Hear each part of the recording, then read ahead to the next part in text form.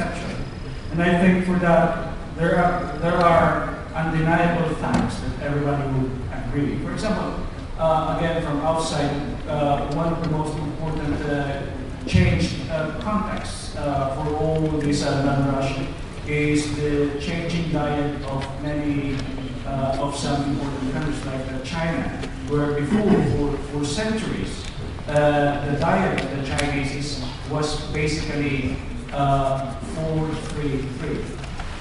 4 cereals and staple food, 3 meat, and 3 vegetables. 4-3-3 for centuries. It's always been like that. Then it rapidly and dramatically changed during the past 25 years into 8. Reverse. For all these centuries, it has always been 8-1-1. 8 cereals and staples, 1 meat, 1 vegetables. The past 25 years, it changed so dramatically into 4-3-3. Well, the implications were that both inside China and Russia and outside China is massive. So we cannot dissociate from that kind of China. We cannot deny that kind of fact. But other things are kind of problematic. For example, that land grabs occurred due to food crisis in 2007, 2008. Well, yes and no. Yes, because there's indeed a relationship to that. But no, because we know that all this land rush is far broader than the crisis and far deeper in history. Some assumptions are also kind of important, like we would need to produce more food, especially if the population growth rate would continue. But it's correct, but only partially. We know that there are 1 billion people hungry, not because there is lack of supply of food in the world today, because up to now the estimate is that the supply of aggregate food supply is still sufficient for 1.5 times the population here. People go hungry because they couldn't afford to buy food. Well, this is a question of distribution, which we always take a look at from 2 senses. The technical distribution problem is a major problem where up to 30% of the food produced are wasted. That's massive. And we cannot afford to continue to have that kind of distribution waste. The other one, of course, distribution is what we are all kind of having some problem, the social, political, economic dimension of the problem. So we need more critical reading about this, and we always say critical in 2 senses. Critical of the mainstream, I think, mainstream dominant narrative about explaining land and grabbing on one side, but also critical of popular alternatives. We need to be more critical in a constructive way. Is small farms really capable of feeding the world while pulling down the earth? A great slogan, a powerful slogan, but to what extent it's true? I think it demands more critical kind of reading of ourselves. Second point is that the talk, this massive talk, all of these things, of course, is about large, it's all about land and agricultural investments. But it seems that the global narrative, both in different regions of the world and in Latin America and the Caribbean, is that when we talk about land and agricultural investment, it tends to be corporate and large scale. And nobody almost would want to talk, not here. We talk about it here, that's why I'm raising it here. But more generally, nobody would like to equate investment to small farmers' investment. The time, the energy, the resources they put into developing their farms, that's investment. How do we make sense of that? Nobody wants to talk about it. And 2, it's almost a taboo that nobody would like to talk about state or public investments. Of course, we have raised that issue here very prominently. So I think it's very important when we talk about investments, agricultural investments, that we capture the spirit that we have been discussing here. That actually we mean 3 interlinked investments: public investments, public investments and small farmers' investments. I think that's the only way to have a reasonable kind of what's happening in there. Third point, there's massive tensions cut across through different social fault lines underpinning land grabs. And I think that was very evident in the discussion for the day and a half. We have the usual fault lines, social divides, that we all know. One is the class divide. Land investments impact on local communities differently among different sections and social classes of communities. It's not different and uniform impact. And I think a good starting point is to see the class differences. We have gender, caste, and generational differences. But the Latin American case also presents additional kind of sources of tensions. One is ethnicity and nationality. So when you talk about Brazilians in Bolivia, Brazilians in Paraguay, then it's a little bit kind of tension-filled. When you talk about oil palm expansion in Afro-Colombian territory, that's another kind of tension point. And it's very important to always kind of confront rather than back away from these politically sensitive issues.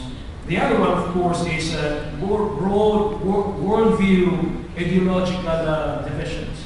And I think rather than trying to pretend it doesn't exist, it's more important to confront these possible divides. What I'm talking here is that there's always a palpable divide between those who believe more on small farms, period, or those who would believe that small farms plus big farms.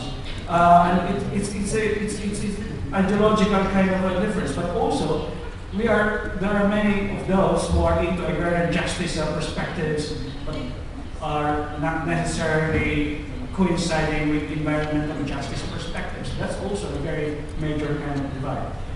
Brings me to my fourth point, dilemmas and challenges. I ended up my talk yesterday with the typology, the table.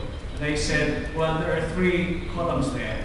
The question of land and access to land. Second column is more on food security question. The third column is the impact on the biophysical environment. We said, well, type A is the real great positive scenario that we all want, all positive. Democratic land access and distribution to all, food security for all, and a nurturing impact on biophysical character. The opposite side of it, of course, is the negative one. Not food security for all and negative impact on the environment. And we said, well, the question now for us to reflect again, stepping back for all our detailed discussions, that is type A really possible? Is that possible? That's, of course, a big question. It might be desirable, but is that possible? Or on the other side, is type H, which is the bad scenario, is that inevitable, really? And that brings us to the scenarios B, C, D, E, F, and G, which presents a lot of dilemma, which captures all our day and a half discussions here. It's basically ranging from scenarios B, C, D, all the way up to G. And as whether we are ministry officials or farmers movement activists, we're confronted by all the real life difficult choices that face us. And that brings us to the tensions based on the different divisions that I just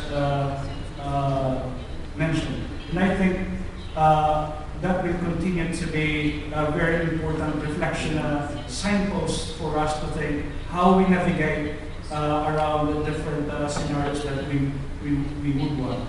I'm sure in the end we will never go type A, but it's also hardly believable that we will always end up in type H. I think it will be somewhere in between, and it's not a black and white issue, it's not a matter of either or issue, but it's also a matter of degree where we go and try to approximate the good things that we can from this. My last 2 points, quickly on state. The role of the state has been a favorite topic here from different perspectives, and I think with a lot of passion. And I think that is a very important thing, because in the end, at the very center of all these discussions about land investments, even when we are talking about corporate investments, actually, at the very heart is the role of the central state. And again, there's a lot of tensions and contradictions in the discussions for a day and a half, partly and largely reflecting the contradictory roles of the state. For the land investments and land grabs, the state has 2 contradictory roles. One, it has the key role to facilitate capital accumulation. And that's a fundamental role of all central states. But on the other side, it has the obligation to regulate, especially to minimize negative impact to its people. So it's the contradictory role between pushing capital accumulation and political legitimation at the same time. And that we see always the contradiction of the state. My final point. I think one very important thing that we underscore is that social movements, those people who are really affected on the ground, are trying to oppose and react in different ways to what is happening.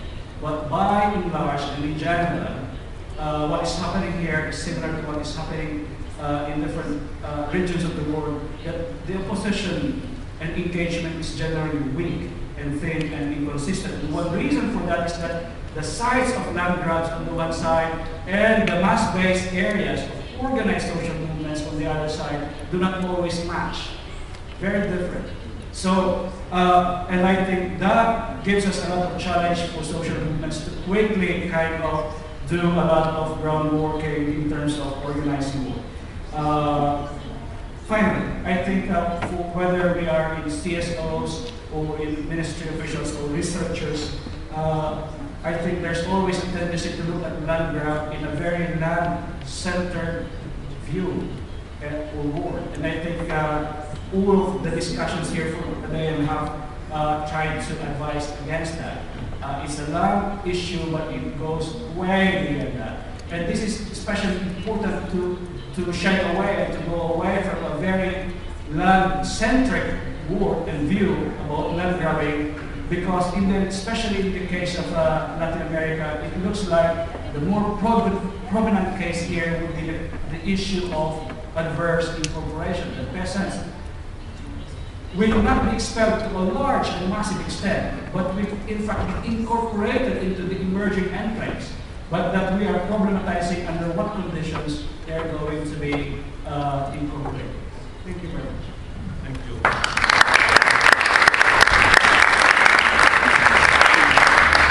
Professor Wood. Thank you. First of all, I'd like to thank the FAO and particularly Jose Graciano da Silva for inviting me here.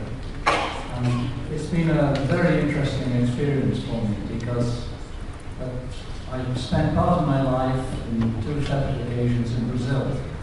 So in some ways I'm familiar with many of the issues that have been discussed.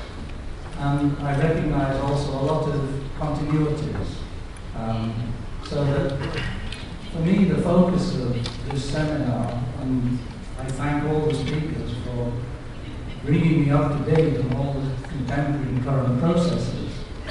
What struck me is that the focus has been much more on processes of land concentration than on land grabbing per se.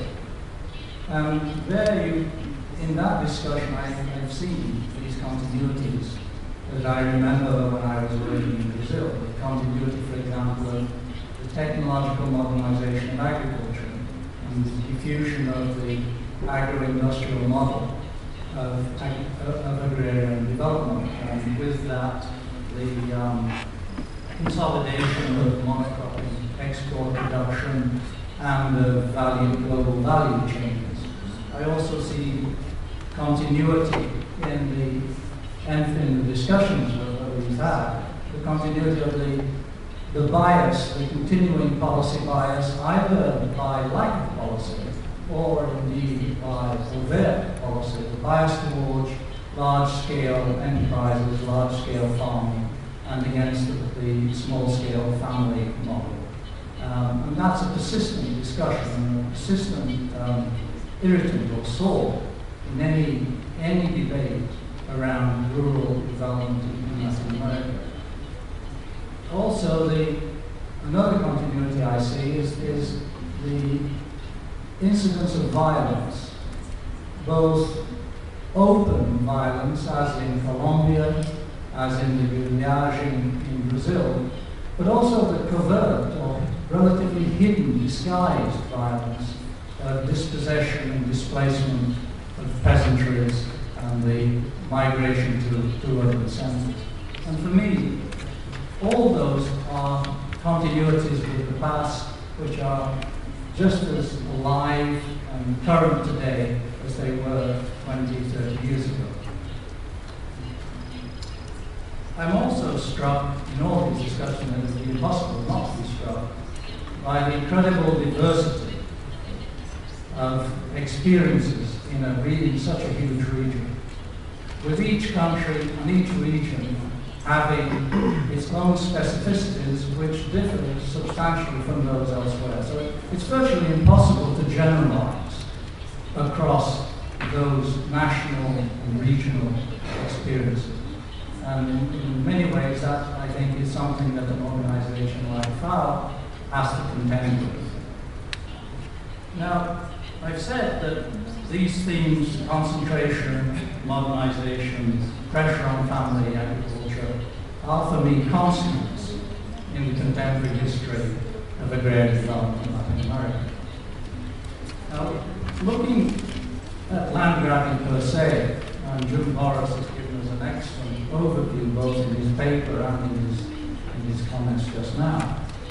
One of the first points that strikes me is the sort of fundamental and shocking lack of information, shocking lack of data, accurate, reliable data on land ownership, on changes in land ownership, who owns what, who produces what, and so on. So all, specifically what is needed is some manner, and the speaker, I forget her name, mentioned this before, today, this morning, that we need to track the flows of capital through these various processes to identify ownership and other characteristics.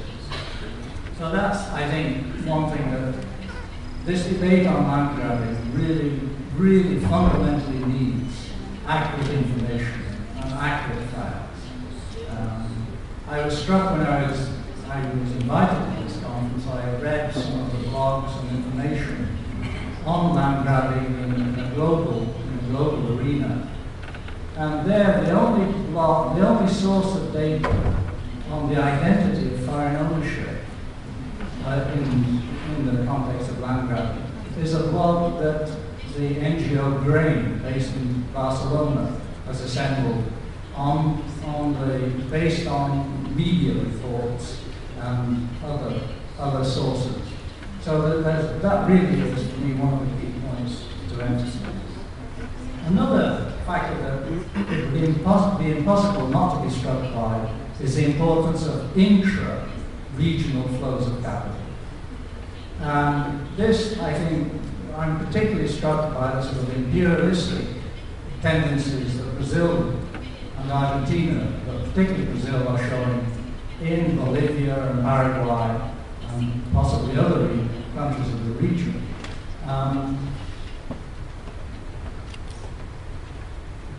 And I think so that a north-south center-periphery framing of land grabbing is really incomplete and inadequate. And we've got to sort of get to grips in some way with this these interregional capital flows if we're going to understand this phenomenon of land grabbing. Now, I've heard much less attention has been given in all these discussions to the role of the international market and the way in which your countries are incorporated into international markets. We used to talk about this as 30 years ago. We used to talk about the internationalization of the resource base. And that discussion, particularly Central American countries, were one of the foci of that discussion because they had these they became known as NICs, or not NICs, NACs, newly agricultural exporting countries, because they were incorporated into the US and European markets for fresh fruit and vegetables. There was a big discussion then about internationalization of the resource base through the market. I heard very little of this today, in the last 2 days. I would have expected much more. Another point that again reflects these pressures and demands coming from the global market is the question of energy, biofuels, bioenergy. Jun Boris talked about the nutritional transition in China, but there's also a huge energy transition going on in the European Union and other India and China. And we need to be very aware and alert to the impacts of these changes if we're, again, to get a real grip or handle on land grab. Because these market pressures appropriate and lock up resources just as surely as any direct land purchase or leasing of land. In other words, the ecological imprint of the international market is, I think, fundamental to the discussions we've had, whether it's land grabbing or whether it's processes of land concentration. You simply cannot get away from that, these impacts.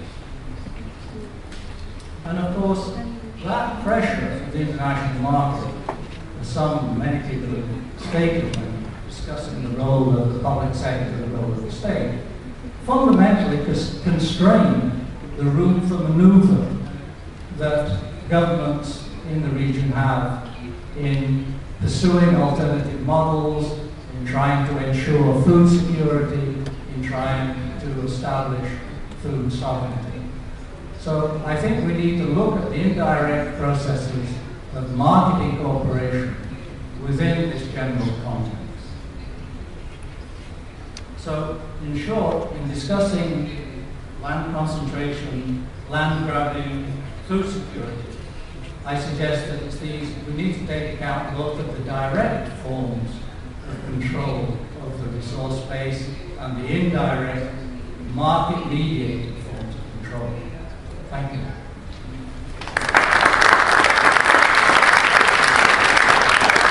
Thank you very much, Professor Goodman. Entonces ahora, profesor Graciano, Muchas gracias, Sergio. Tengo pocas veces esa oportunidad de hablar con un profesor, entonces no voy a desperdiciar esa oportunidad. Quiero poner en consideración cuatro puntos dentro de un marco general de lo que escuché esos 2 días acá, y que tuve una oportunidad de charlar un poco con David Goodman antes, que ese sí fue nuestro profesor de todo. Que ese tema me da la sensación de uno que va al cine y dice, ya vi esa película antes. Pero igual se queda, porque la película tiene ahí unos colores distintos, tiene algunas cambios, y tratar de buscar cuáles son esos colores distintos. Entonces lo que me anima un poco en ese final, tratar los temas de land grabbing, concentración, extranjerización, es buscar ahí cuáles son posibles colores nuevos que tiene eso que ya hemos visto, no es un fenómeno nuevo ni tan importante en la región. Empiezo por el tema de la concentración. Yo creo que acá hace falta, como en buena parte de nuestra discusión, todo el tema de la conceptualización. Yo quiero detenerme un poco en separar concentración y descentralización, que es el proceso de manejo integrado, o sea, del land tenure integrado de empresas de distintas parcelas, como tenemos los ejemplos, quizá Argentina sea en la región lo que apunta el sistema más integrado también de manejo de fincas de pequeñas parcelas, donde se convierten en pequeños dueños, pequeños propietarios y rentistas. De verdad, va a vivir a Buenos Aires, tomar un buen vino y alguien se encarga de producir la soya, el maíz, botarlo en grandes extensiones de tierra. Ese tema de la centralización tiene una larga historia en la región y que tiene que ver con unos ciclos económicos. Es como una repartición de la tierra que va y viene. Brasil tiene una historia tradicional que un gran maestro brasileño, historiador Carlos Brau Jr.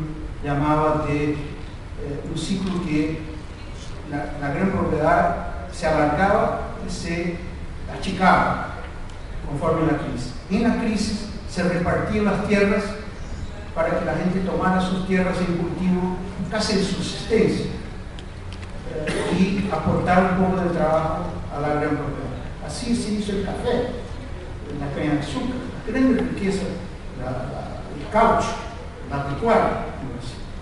Y cuando venía la época de prosperidad, se hacía el trabajo asalariado predominante. Eso era la sístole y diástole de la gran propiedad en Brasil. Tanto que había una paradoja difícil de explicar en Brasil. Los momentos de gran prosperidad de Brasil colonia fueron los momentos de las hambrunas más duras, y que nadie se dedicaba a la pequeña producción, a producir alimentos, solo a café, azúcar, pecuaria. Bueno, retomo eso para decir que también ese mecanismo fue el mecanismo más democratizante del acceso a la tierra, la pose de la tierra, sin derecho de propiedad, la pose de la tierra, propiedad del Estado, de volutas o sin titularidad garantizada, y de ahí los conflictos. Hay un permanente conflicto, sobre todo en los momentos de crisis y retomada del ciclo económico, de recuperar esas tierras que habían sido acaparadas ahí por pequeños productores, por parte de los terratenientes y grandes propietarios. ¿Por qué quiero decir eso? Porque yo creo que habría que considerar el tema de la concentración de la propiedad de la tierra bajo otro ángulo en América. Déjame poner incluso un tema más estadístico, matemático. Si yo tengo dos propiedades, 10.000 o 100.000 hectáreas cada una, que son absolutamente iguales, dos propiedades, 10.000 hectáreas, el índice de Gini de concentración es cero. Si no se considera la gente que depende de la tierra para sobrevivir, que no está involucrada en el campo. O sea, la distribución de la tierra entre los propietarios de la tierra es algo distinto de la distribución de la tierra entre la gente que vive de la tierra. Entonces, toda vez que una gran propiedad come, engorda, tiene lo que llamamos fagocitosis, procesos que las bacterias grandes comen las menores. Toda vez que pasa eso, disminuye la concentración. Entonces, ¿por qué tenemos índices tan grandes en Brasil y Paraguay? Porque se mantiene unas propiedades muy chicas, un minifundio dividido, no solamente minifundio, no solamente actividad de subsistencia, pero algo que se ha reproducido a una escala gigantesca que es las parcelas de agrado, como forma de inversión de una burguesía mediana, de médicos, profesionales liberales, que hoy día contaminan terriblemente nuestra estadística.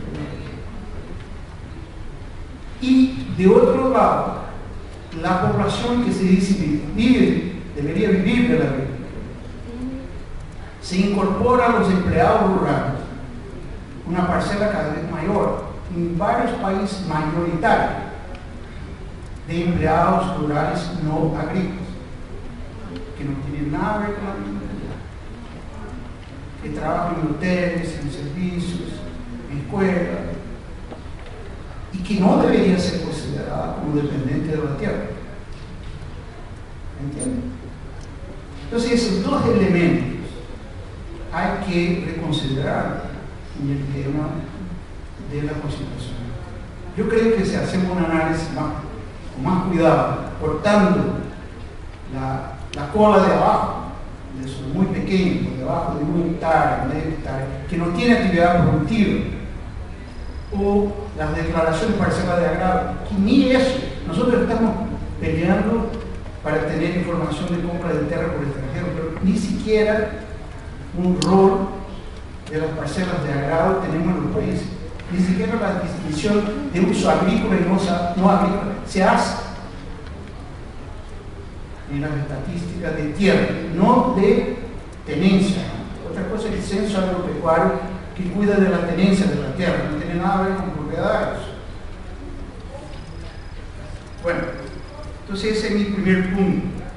Yo creo que hay que hacer una profunda revisión del tema de la concentración conceptual para dar cuenta e incorporar esos dos nuevos fenómenos de la ruralidad, nueva ruralidad que Buenos Aires es un especialista y que afecta tremendamente el tema de la concentración, de las estadísticas que seguimos manejando. Segundo tema, el tema de la extranjerización de la tierra. Aquí se habló de la persona jurídica y la persona natural. Yo creo que eso también es algo que ya mucho se pasa. Yo recuperé en la mañana en la Wikipedia información sobre dos proyectos que son paradigmáticos en la historia de los 70. Un que se llama el proyecto Fort London, que lo encabezó el propio Henry Ford, que quería implantar una fábrica de caucho en la selva amazónica en los años 20, preocupado con la llegada de la guerra, que habría falta de neumáticos para la industria norteamericana. Lo implantó ahí en el corazón de la Amazonía. Fue la más extraordinaria falencia y abandono, que hoy día hay un monumento ahí en plena selva de ese intento de implementar por dificultad de manejo de mano de obra. Intentaron hasta traer recaudadores de caucho de Barbados, que es donde Ford tenía otra hacienda experimental, y no sobrevivieron. El segundo proyecto, que es paradigmático también de esa visión empresarial y todo eso, es lo que se llamó Proyecto Yari. El Proyecto Yari fue una visión de un gran empresario norteamericano, Daniel Ludwig, en los años 60, de que habría falta de celulosa. Y importa una fábrica de celulosa de Japón, desactivada, lo trae por barco en la Amazonia. Ese filme de Fritz Carralho es eso. Y llega a Yari, que es una ciudad. Lo implementa la fábrica de celulosa y multiplica un árbol asiático llamado gabelina, que se multiplica por trocitos así, a montones. Y llegó a tener una área mayor que el estado de Tennessee con esa área. Hasta que un bichito ahí de la Amazonia le gustó el árbol y se acabó. Más de 4 millones de hectáreas. Cuando se cerró el proyecto, tenía 9.000 kilómetros de carretera, un puerto, un hospital, base militar, porque a la frontera, sobre la frontera, con acuerdo con los militares, y una ciudad de 40.000 habitantes, 40.000 habitantes, lo recompró el gobierno, porque ¿qué hacer con los 40.000 habitantes? Y les entregó tierra.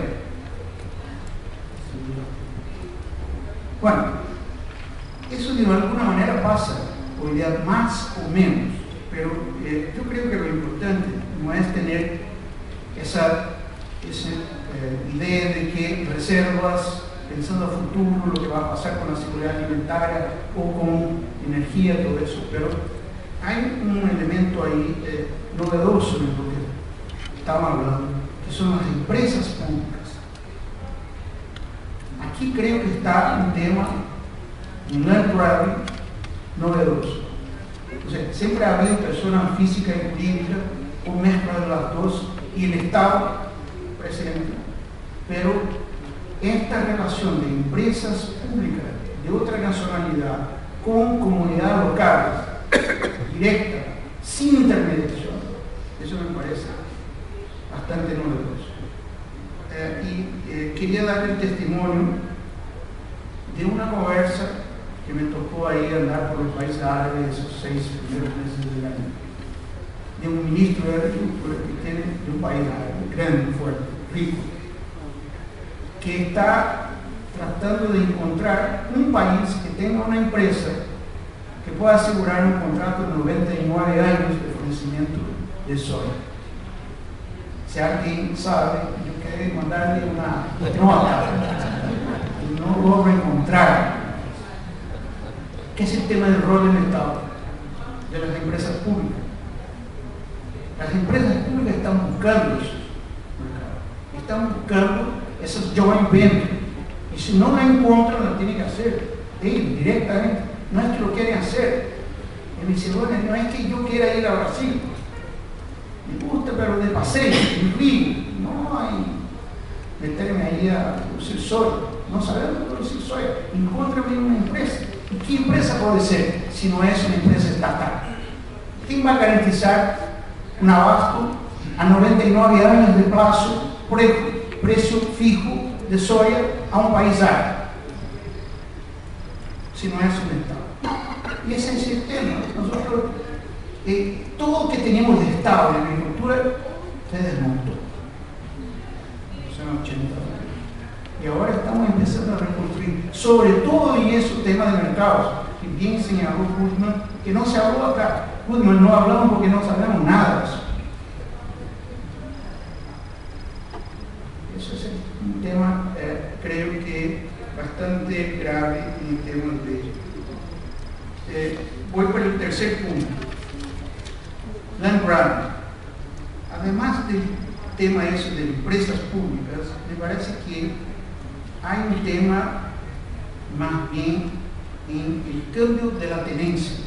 Creo que el impacto mayor del acaparamiento de tierra, del land grabbing, todo eso, también afecta a la América Latina. Es que de verdad eso cambia los que son los productores directos, los que están involucrados directamente en la producción, sin que muchas veces se consiga una alternativa productiva de empleo de esa gente. Entonces, esa gente tiene algún nivel de indemnización o de recursos por vender sus terrenos, pero no se les asegura una otra oportunidad de trabajo, una otra intervención. De ahí la violencia y de ahí la denuncia de los movimientos sociales. Pero como les dice, yo creo que eso está muy vinculado al ciclo económico. Entonces, en momentos de, ¿cómo estamos?, de subida del ciclo económico y de una gran cantidad de recursos financieros disponibles en el mercado internacional, eso se acentúa. Pero eso ya nos pasó antes. Que pasado esos momentos, eso se refluye. Entonces no es novedad. Por ejemplo, la Volkswagen compró una área, yo me acuerdo, era 1.200.000, ¿sí? ¿Dónde era eso? Para producir ganado en Tocantins y eso en los años 74. Y lo abandonó en el inicio de los años 80, con la crisis. Entonces, el reflujo financiero, eso de los movimientos de los capitales del dólar, que están sin poder parar por el lado, bajan ahí, tierra barata, por varias oportunidades, o incluso como reservorio de valor, pero se van también en otros momentos de retomada del ciclo. Por último, para terminar mi tiempo que lleva algo traducido, el cuarto punto que vi solamente rápidamente mencionado por el ministro Dionisio, porque además es su obligación, fue el tema de la carga tributaria. Yo creo que todo el tema que estamos tratando tiene a ver mucho con que Latinoamérica sigue siendo la región más desigual de todo el planeta en términos de distribución de ingresos, y una de las razones es, como se mencionó acertadamente, la distribución de la tierra y otros recursos productivos. Pero también hay que añadir a eso que Latinoamérica no tiene impuesto a la riqueza, tiene impuesto básicamente concentrado sobre el trabajo y el producto. Pero la riqueza acumulada, la herencia, no es tributada, o casi no es tributada en Latinoamérica.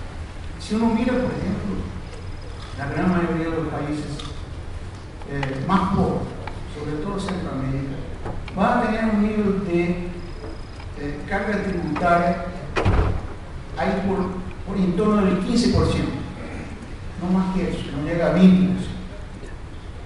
Cuando estamos hablando de países de Europa, países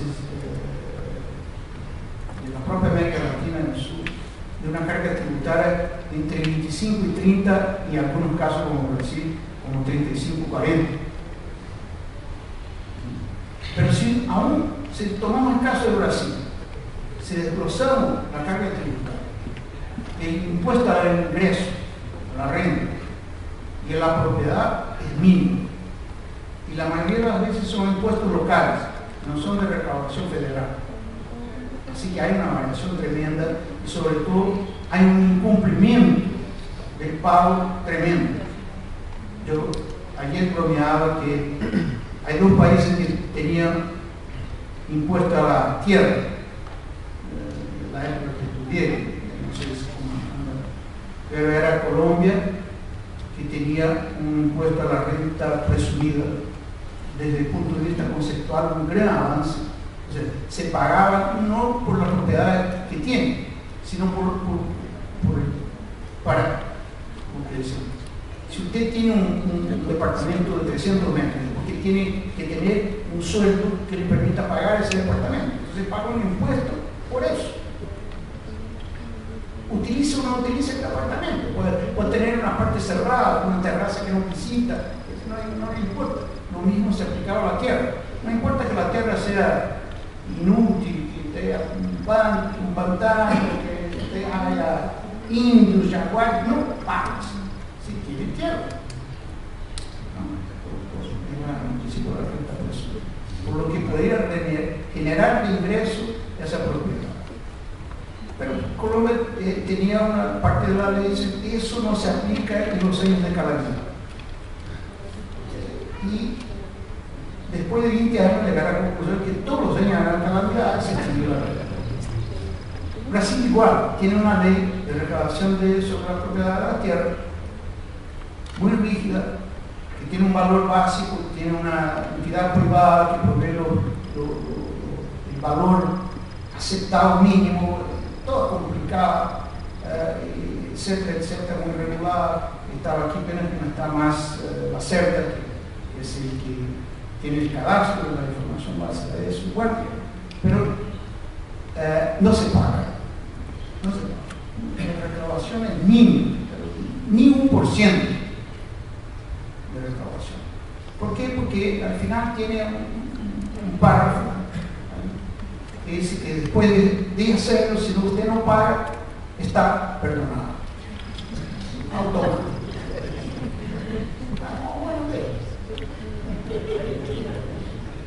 Además de hacer corrección monetaria.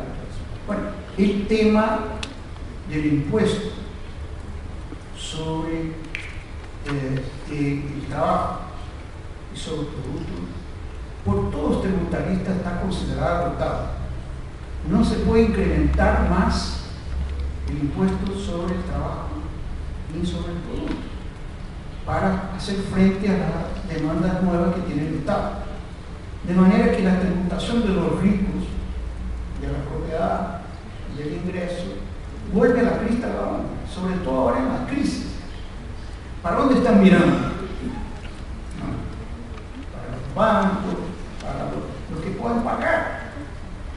No están mirando más para los que están perdiendo empleo. Por eso, a nivel de desempleo. Yo creo que ahí abre un espacio tremendamente importante, aquí termino, para replantear el tema que hemos abandonado totalmente en la discusión agraria, que es el impuesto a la propiedad de la tierra y la herencia de la tierra, como una forma importante de democratización a futuro de la propiedad. Nosotros no tenemos ese mecanismo de obligar el pago de una parte de la herencia al Estado, que implicaba que en muchos países, sobre todo desarrollados, uno tiene que vender la propiedad para poder hacer los arreglos de herencia que tiene que pagar y dividirla en el pago. Bueno, eso era mi idea de